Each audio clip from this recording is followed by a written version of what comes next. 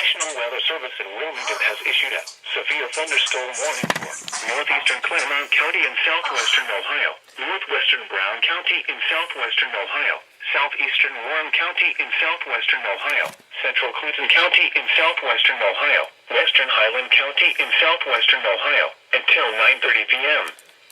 At 8:57 p.m., a severe thunderstorm was located over Williamsburg, moving northeast at 55 miles an hour. Hazard, 60 miles an hour wind gusts and quarter-size hail. Source, radar indicated. Impact, hail damage to vehicles is expected. Expect wind damage to roofs, siding, and trees. Locations impacted include Wilmington, Hillsborough, Lancaster, Mount Orab, Bethel, Williamsburg, Batavia, Lynchburg, New Vienna, Marl, Russell, Woodville, New Market, Mainville, Owensville, Clarksville, Goshen, Martinsville, Newtonsville, and Morristown.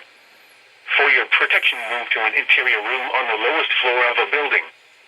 To report severe weather, go to our website at weather.gov/ILN and submit your report via social media when you can do so safely.